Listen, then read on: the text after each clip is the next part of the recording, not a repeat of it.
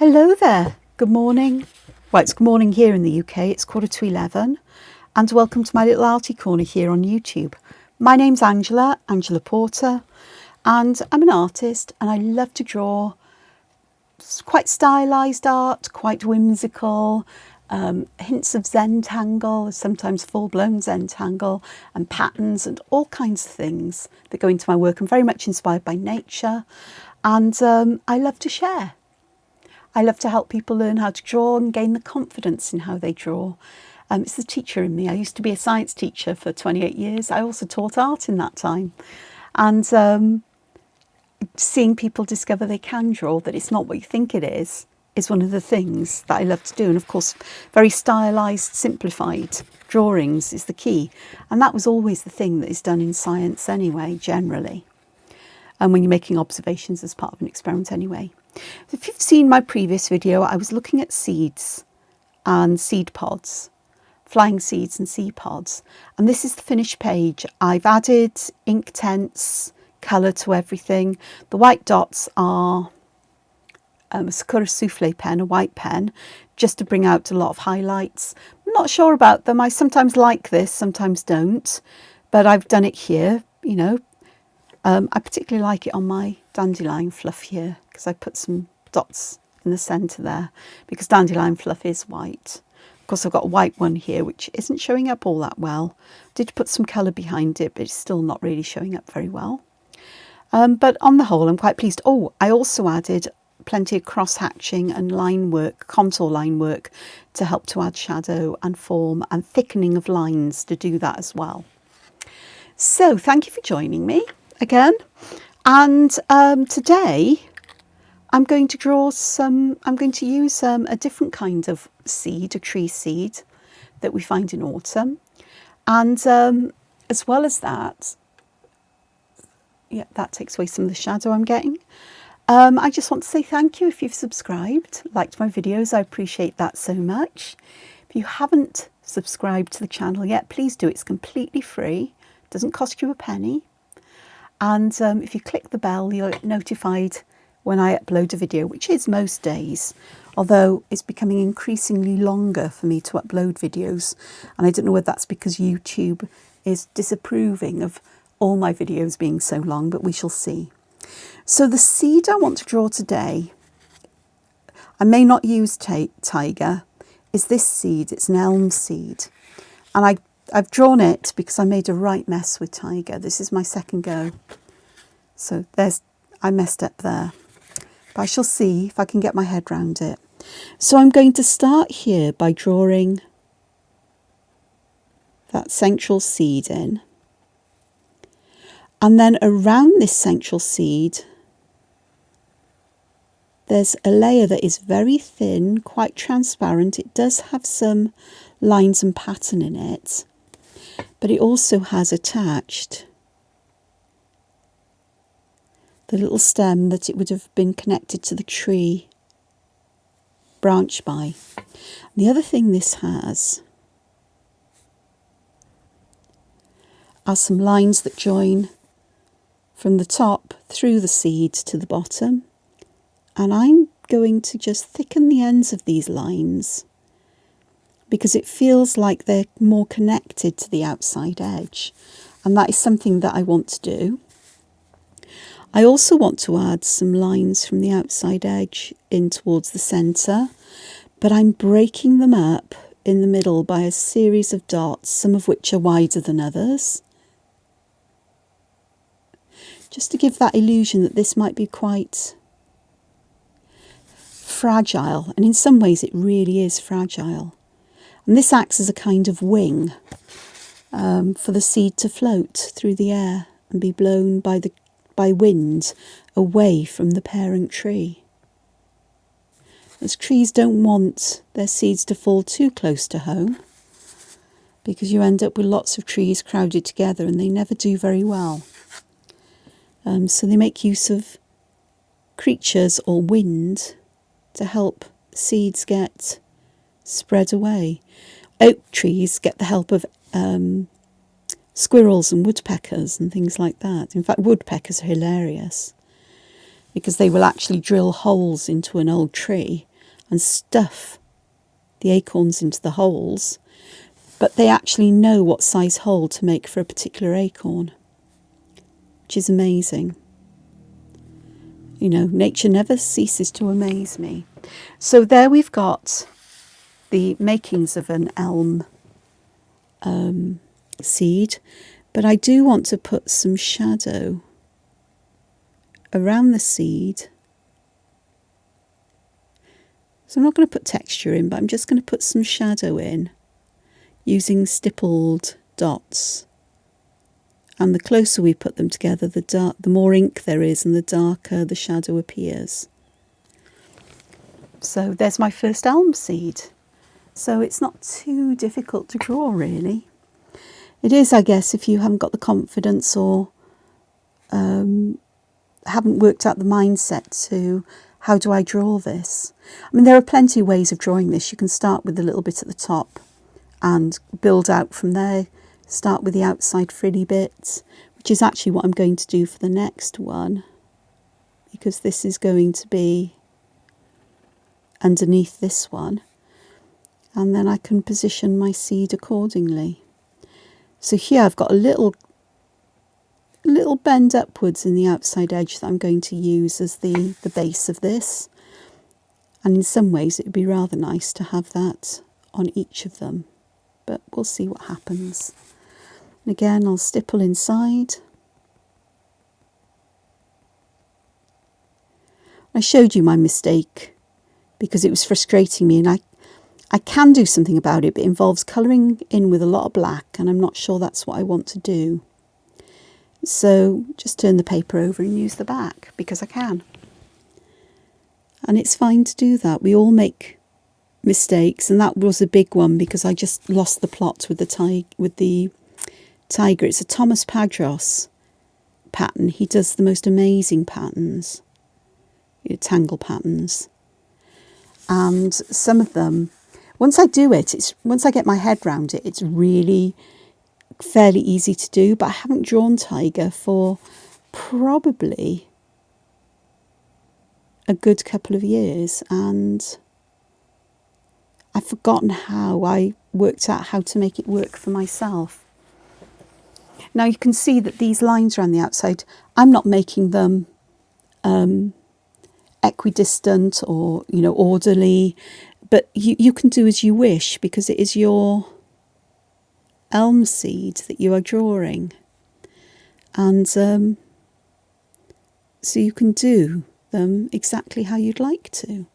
And I could have the little lid, a little top on this side, and why not? Because they would be all jumbled up.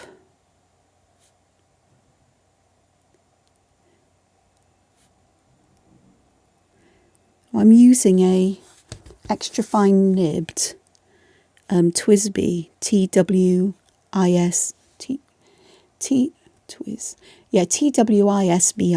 TWISBI fountain pen, and it's filled with Dokumentus ink, and that's Dokumentus that is spelt with a K, not a C, which is archival and waterproof and everything else, and it's actually suitable for use in fountain pens and for it to be kept in fountain pens. So I may not use the ink in the pens for a couple of weeks or even longer, and yet the ink doesn't dry up or clog up the nib in any way. So it's fantastic, I love it. So there's another one. So I'll just put the stippling around. And I decided to use this because when I was adding the Inktense with water to the other sheets, I remembered that the pigments in the Sakura Micron or the Uniball, Unipin pens I was using, and I think Fudanasuki and so on, they don't sink well into this paper. It's ClaireFontaine's PaintON paper. It's mixed media paper. It's got a texture. I'm using the reverse side of it, which is it's got a smoother, harder texture than the front. well, the other side perhaps. And when you add water, some of the pigments will move from the surface, so you can get a you know, black added to the colours, which isn't always ideal, to be honest. But so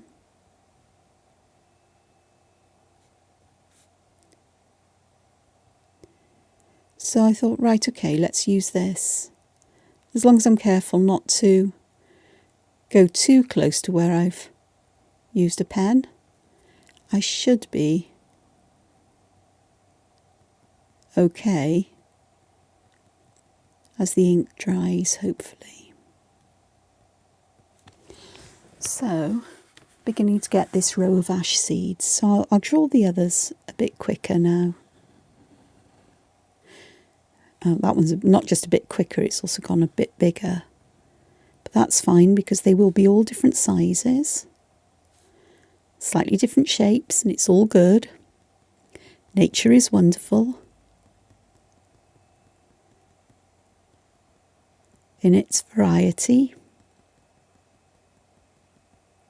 But again, if you like to draw them all more or less exactly the same, then that's fine. That's your choice. It's your art. You decide what you do with them. I'm just showing you how to draw them. And for some reason I want to put a row of them right up the middle of this paper. And I actually don't know why. Well, I did, because I was going to put patterns on one side or the other. And the other. But Taiga may not be the one I do. We'll see. So just one more ash seed, and perhaps I'll have it a little bit off to one side. And I think we'll have a little cap on this one over here as well. So the seed will go in here.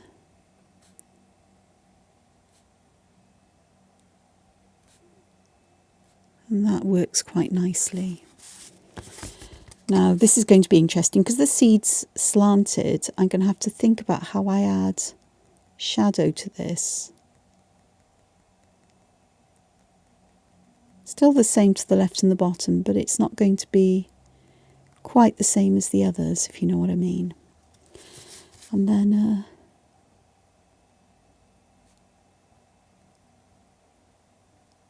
just add some lines here.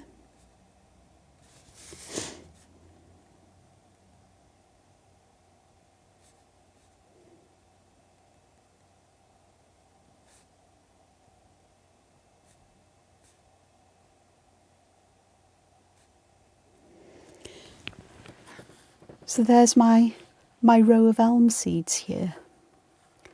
So they're all looking rather good.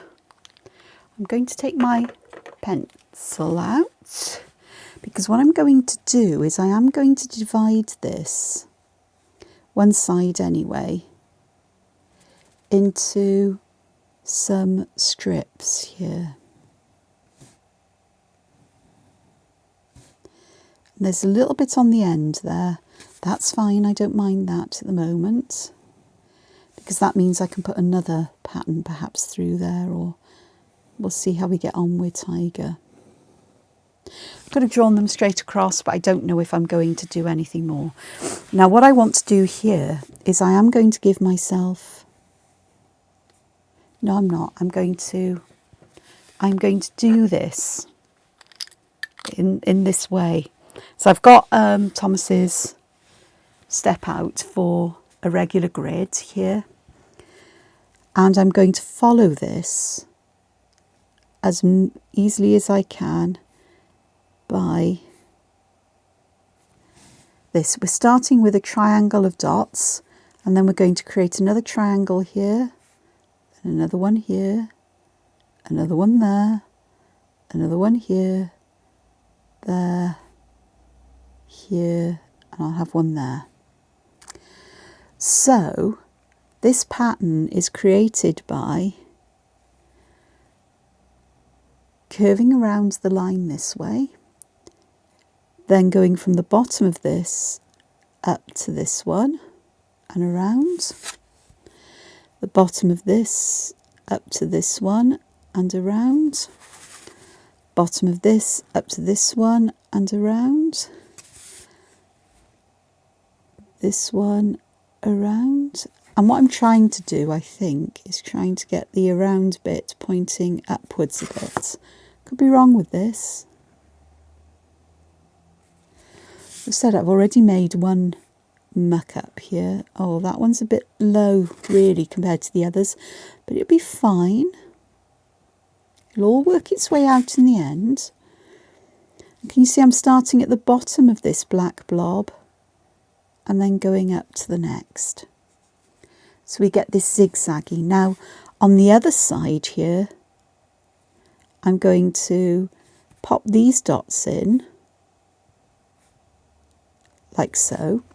So this side is sort of parallel across here. This one will be all the way over here somewhere. So we're sort of making these triangles again.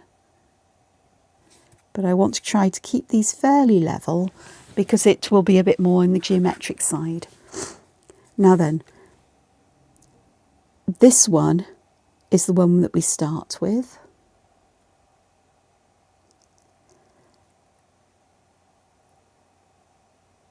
That's my dot there. And this one will go down to it like that. This one over here, up and round. Then just repeating exactly what I did on the other side. Trusting that this will work out.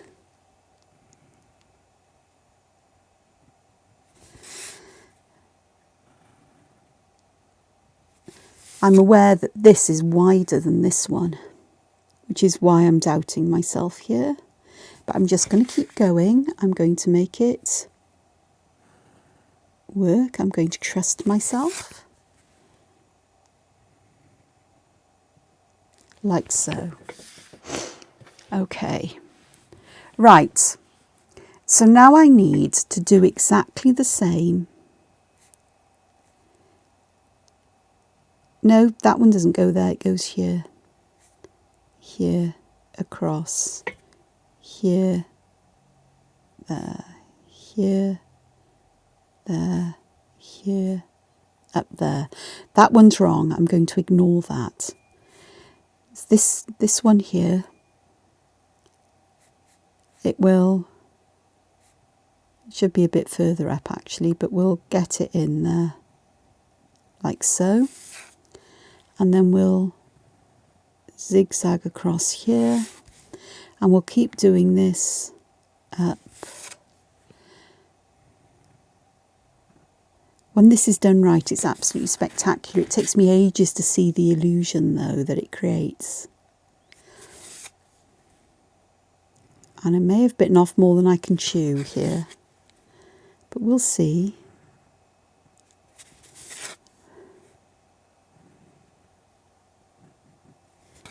Okay. So back there. Okay, and then here I want to start drawing lines in. So we do have a line between them all, which is quite remarkable. And one on the edge there. I just pop my lines in.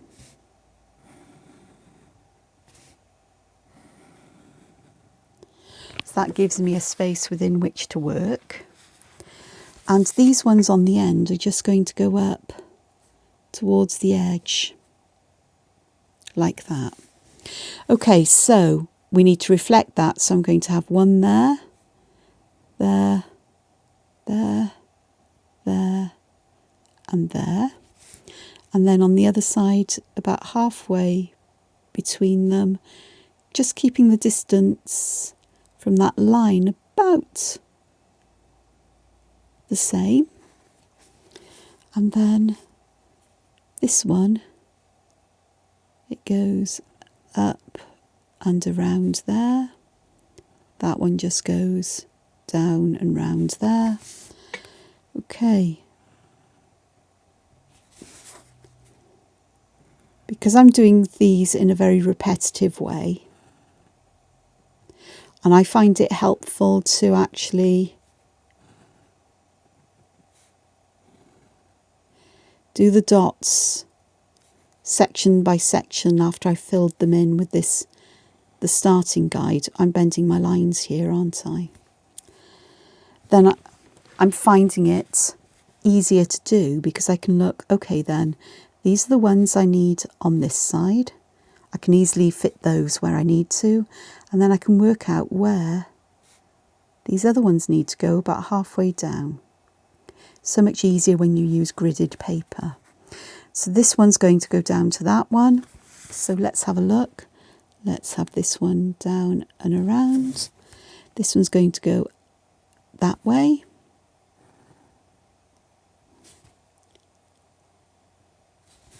Let's go here and here. And I really do find it helpful to turn the paper, as I didn't that time and I did get confused.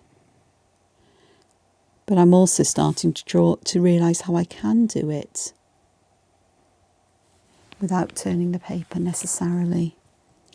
Okay, so the last section here, and I have managed to smudge, but it is what it is.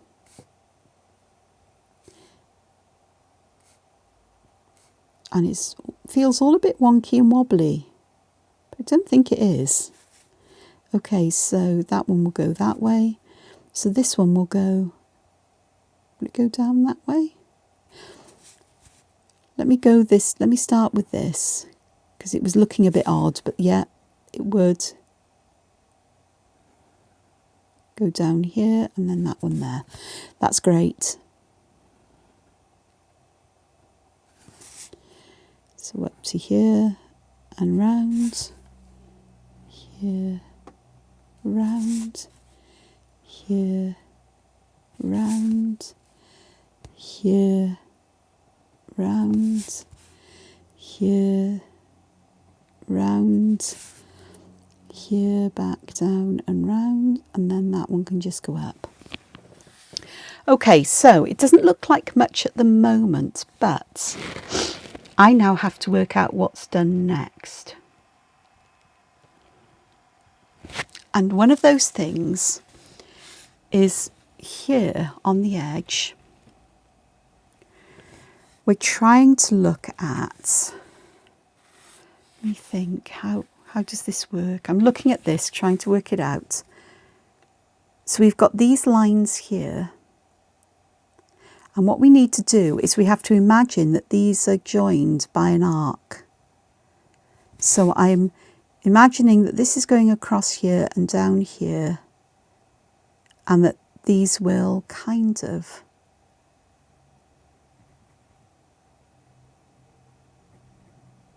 form this kind of shape. So it's kind of looking at how these can go one on top of the other. It really is about putting these ladybug, or ladybirds we call them in the UK, in place like this, almost like they are, that is about the same height as that, and so on. So we're doing that one to there, this one to here, this one that way, and then this one will just be there on its own. So it's beginning to make sense of this. So here I'm going to start with that, and this one would be around here. It's a bit of a strange shape, but here it would come around and down there, and then up here, and we're almost like we're coming back in a rice shape or a leaf shape there. Same here. And this instantly starts to add that kind of weaving nature that this pattern has.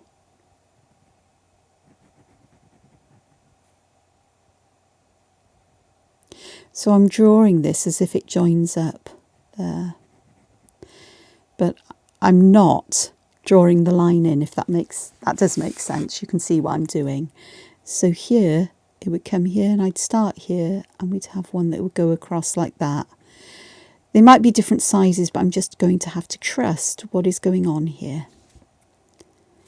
So again, start here. I don't know what shape this one's going to be because I can't see the one below, so I'm just going to arbitrarily make it this high. So this one needs to go towards that one. This one needs to go towards that. And so on, back and forth. And some of them might be bigger black areas than others, but it is what it is. And it's hand drawn. And I haven't got the skill or mastery, well, I could have, that Thomas has got. He's very precise in how he draws. And I will put a link to the step out. Honest, I will remember.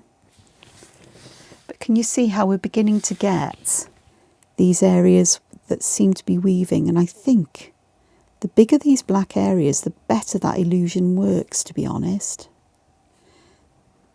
So I'm just going back and adjusting some of those just a little.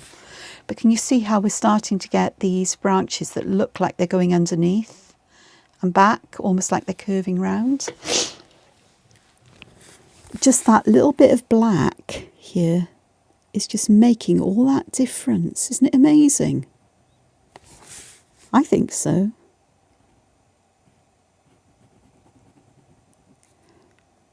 It never ceases to amaze me at times how, when you stop and look at things, how relatively simple patterns and so on are constructed, or the simplest shapes and steps that are used. But it can be really darn difficult to work out how it works. And I've had to work here because this is slightly different to Thomas's step out, because my brain, I know from using a fair number of his patterns over the past couple of years, that my brain works in a slightly different way to his. It doesn't mean he's wrong, it doesn't mean that I'm right, it just means that we're different. And it's okay to work these things out and to work with them as well. And to get, you know, it's whatever you need to get the pattern to work, to be able to make sense of it. And it can be trial and error. And sometimes it'll take watching somebody else to do it and suddenly the pennies fall into place in a way that makes sense that the drawn step out doesn't. It's why these video tutorials are so important from so many different people, not just from one. What was the pattern? I think it was Fengal, amongst others. And Fengal is a lovely, lovely pattern. And I tend towards it from time to time, where I use it an awful lot. And it really is a lovely, lovely pattern. But it took me watching somebody else draw it. I think it was Zen Linnea, who has a YouTube channel, and her work's beautiful as well. And suddenly I thought, oh, that's how you do it. I think I'd watched the Zentangle people do it, and it just didn't click with me. But watching somebody else do it in a slightly different way, and suddenly, as I say, everything just fell into place.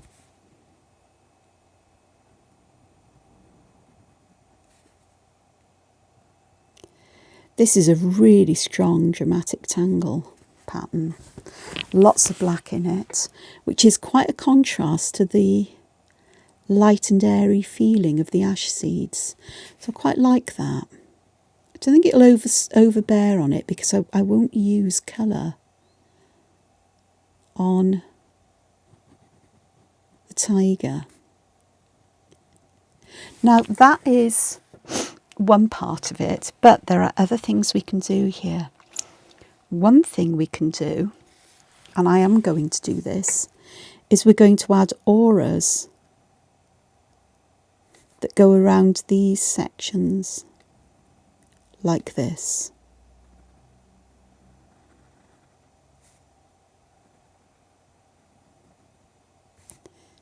Which start to add interest to this and also bring out the repetitive nature of these lines.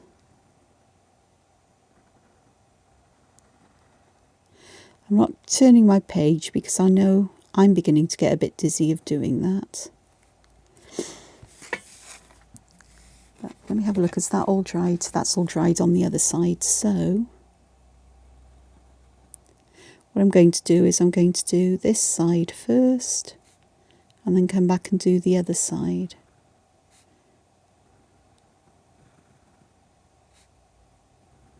So I'm going over the top of these black humps. I'm starting on one side, going over and down, over and down, trying to keep the line as consistent as I can. So the same kind of thickness, but if it varies a little, that's fine because it's the overall effect that we're looking for in this. I'll just be touching up little places as I go.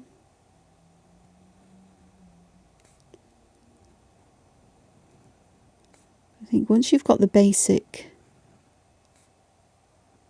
grids down, it all comes together so easily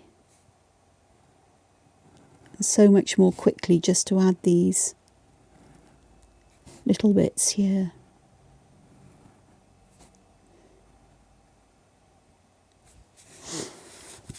I actually think I've worked out what I'm going to do, so I will tell you in a moment how I'm going to work with this.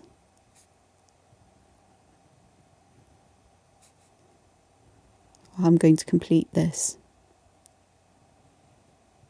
Just realised we need to put the lines underneath on these ones, and if anything we can actually go around them here, and that gives them a nice kind of completion. I could have gone around and joined them together looking at it, but hey ho, we're going to stick with that for now.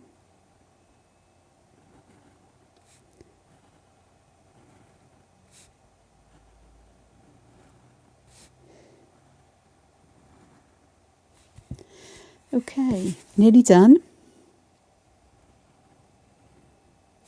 So, I hope you're enjoying this as much as I am. There is just something lovely about struggling with a pattern and suddenly getting it. There's no other way of describing that. I've just suddenly got it. No, these wouldn't go over and connect. Just work that one. So they'll be fine as they are. But it's lovely when suddenly it all comes together and you think, yeah, I got that. I've got that. I get it now. And it's a lesson that really I ought to practice more before I draw things. But at the same time, it's also nice to know that we all get things wrong.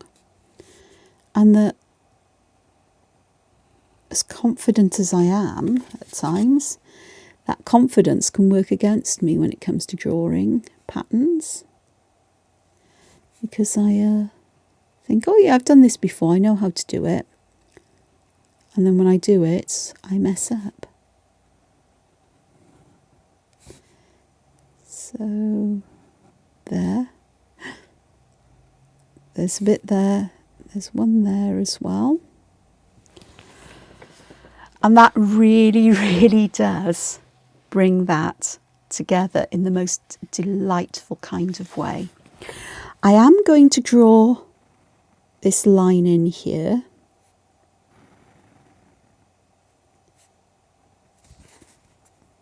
as it holds it together. And there's one more thing I want to do here with Taiga. And I'm going to use these lines.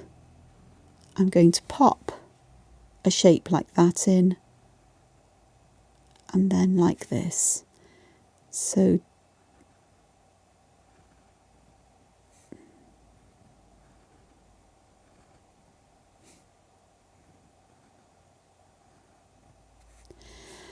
and then on this side I can do the half of it.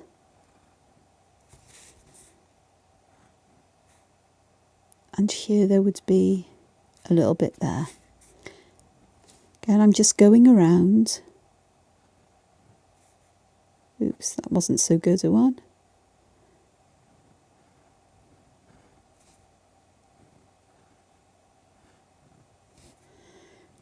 So it's a diamond that has sides that bend inwards. Look at that. Remember that dot there? That was my mistake. Disappeared, it has. Ish. Still there, but it's mostly disguised.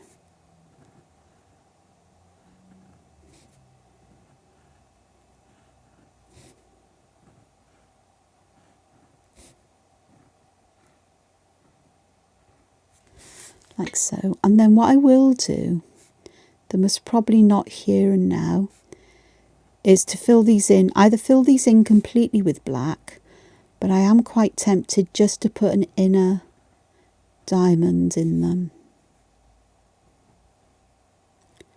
rather than the whole thing black.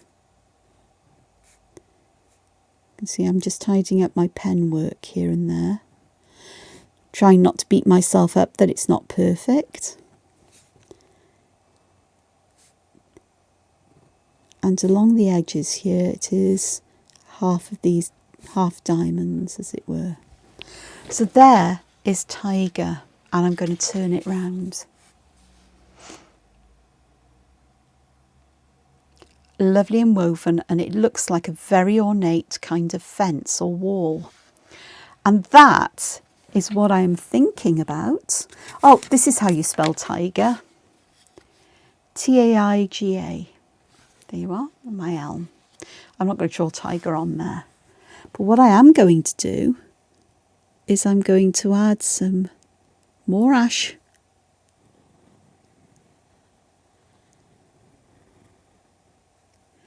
seeds here, but as if they're falling and landing in a pile on top of this wall, because I think that would work quite nicely. It would suggest that this is something that's, you know, happening, that the wind has been blowing, these are settling in an interesting kind of way. So again, I'm just going to pop the stippling in, and I can have partial ones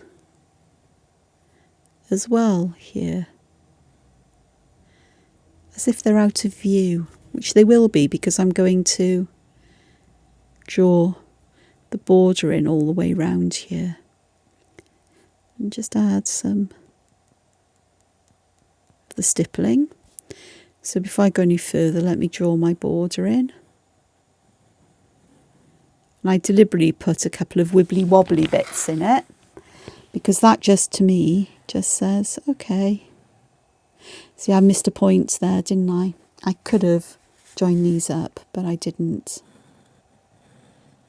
It's fine, it'll be fine.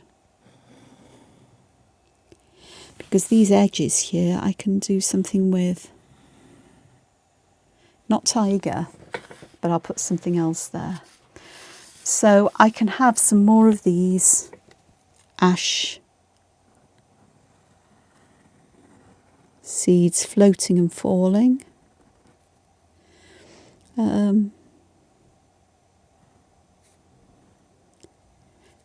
Spinning around in different directions, but looking like they are just floating down through the air, which is exactly how they would be on a windy day.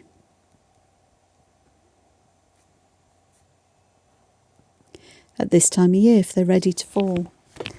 So here the shadows would be towards the bottom of this, like so. That works quite nicely actually.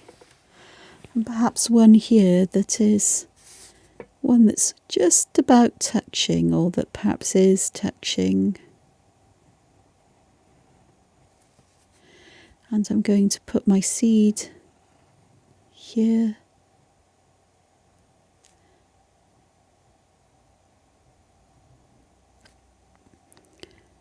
Just have the little knocks in.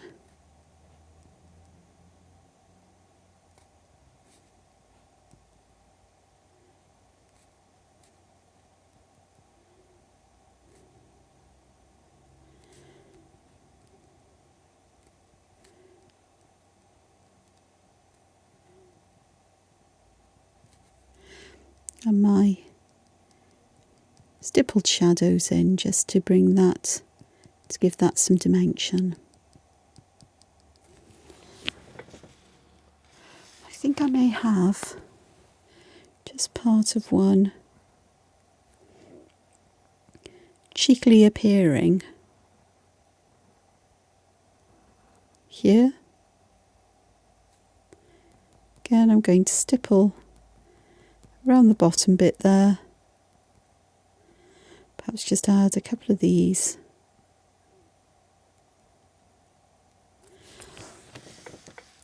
And I quite like that just as it is. I could put more in, but I think I'm tempted. There's a gap here where I could perhaps just squishy one in.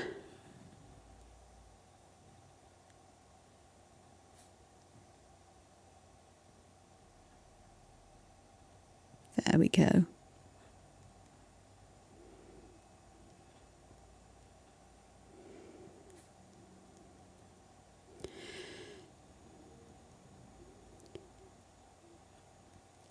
I think if I start adding any more, I'll be in danger of losing the white space, the empty space around these ones that are flying through the sky. And I think I'd rather like to keep that. So that's my drawing for today. Now I've just realised, because I've turned this upside down, I've got shadows in all kinds of strange places now. There. So what I'm going to do is I'm just going to add some shadow on the, what is now the bottom edge of these, and leave a nice area in the middle that is shadow free perhaps, and then that would kind of work, and I can emphasize that with colour as well then, or shading. Lesson to self, add stippling right at the end. It happens, and then I just need to add some around all of these then, just to be consistent in my approach. And then nobody will really notice the difference, hopefully. Well, all of you will, because you'll have seen it. But these things happen. I do love this. And I'm just going to put some of these black diamonds in. I actually might go and do them all, because they're not going to take long, because they're not very big here. And you'll get to see what they look like. I quite like having them with the aura around the black centre, as it echoes the others. Adding shadow and highlight to this really does bring that pattern to life. As I say, I'm going to leave this bit in black and white, and the ash seeds I will do in colour. It does look a bit contrived having them all along the top, but you know. It's fine. As I go, I'm just adjusting little lines here and there, just to make sure that we have, that it's the best I can make it, given my clumsy pen work in places.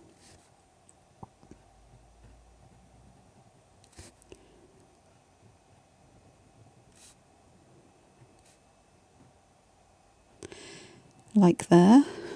Didn't really think about that shape, did I? It's fine. It all works out.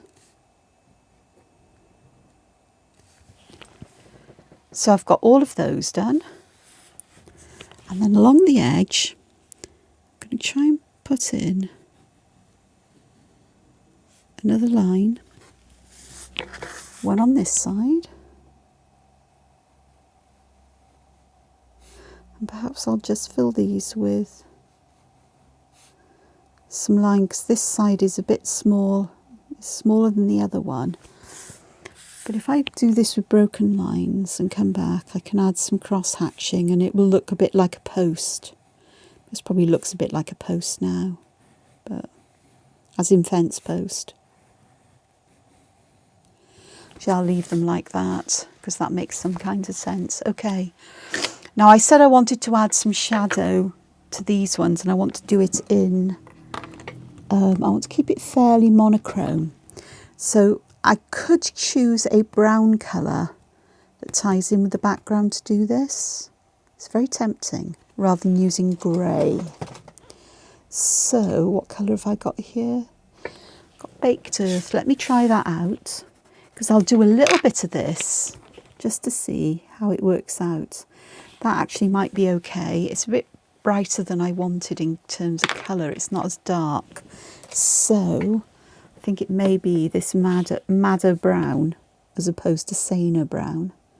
Joking, it doesn't mean madder like that. I actually quite like that. So for these, the shadow's going to go underneath these areas, and I'm going to try and keep it as tight and as thin as I can make it underneath here, because it will just start to bring this weaving out. And I will pop some shadow underneath these because they will have shadow there. So let's start with that. My brush here is bringing out an awful lot of water in one go, which I'm not very happy about. But I can just, eventually it's going to behave itself.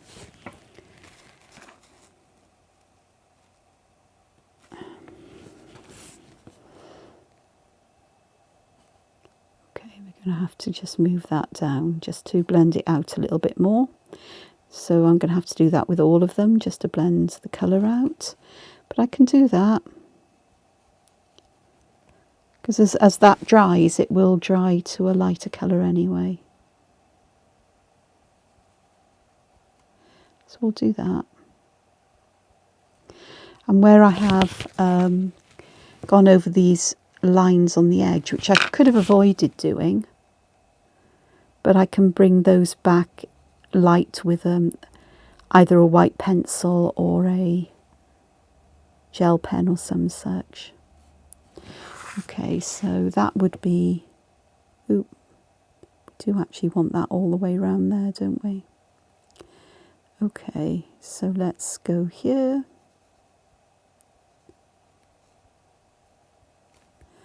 And here.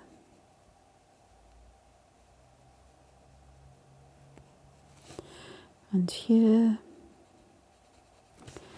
That bit there isn't a problem, we'll just blend it out and it'll all become part of the same thing. That one's done, that one's done. There we go. And that's beginning to give that kind of weaving back and forth.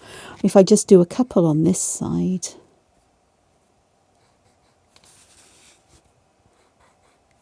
you'll see what I mean by how it really does bring that out. I may need to go back and intensify these, but I'm not going to do that until I am sure that I've done everything and I can make it all very similar. I quite like the hint of this lovely warm brown actually on this background colour. I think it brings something to it really that's quite nice. We'll do this one as well while I'm at it. But you can see I'm mostly keeping the places where I've missed, like here, keeping the colour within these boundary lines for each section, and that will make each section what do you call it, coherent to itself, or not standard but cohesive within its own space. But overall, although they might vary a little, overall we'll get this kind of pattern going on. Now here I forgot to put any colour there, so it's going to be picked up off the pencil with my wet brush and just pulled in like that. So that is already looking nice. Another way of doing this would be to create one side darker than the other. So it looks like we've got a channel here. So this is bending inwards or upwards. That is something I may come back and do. In fact, I can now. So if I decide that this side is going to be my darker side, I can go back and add colour over all of these bits that are weaving under, not the whole side, just these bits where they are weaving underneath one another, and make that darker than the other side. So that's probably what I will do, because I will like and enjoy playing around with that sense of this sort of like coming upwards. It's going to take a bit of work, but I think you can see that we're beginning to get the start of something interesting. I'm going to work at this off camera because this is now nearly an hour, it's 52 minutes long. And this video, I'm sure YouTube is punishing me for making long videos at the moment. But I'm going to say thank you for joining me. When I finished it, I will post a picture of it completed. I'm not going to do any more drawing. The only things that you'll see are how I add colour to this. It's going to be darker around the centre, around the edges, highlight in between, darker shadows at the bottom of the seed and at the top, and then very minimal shading on these. And I may put some shading around them. I may put a colour in the background just to help lift them up, but I don't know yet. So I hope you have a go at this one, especially Taiga. If that Taiga isn't your thing, find another pattern you can use for a wall or some boundary like this, or fill the whole area with these ash seeds. That would be quite fun as well. In fact, filling them with gaps between them, filling the gaps would be quite, with tangle patterns would be lovely as well. So until I see you again, take care, look after yourselves, and find time to be creative. Bye-bye for now. Bye.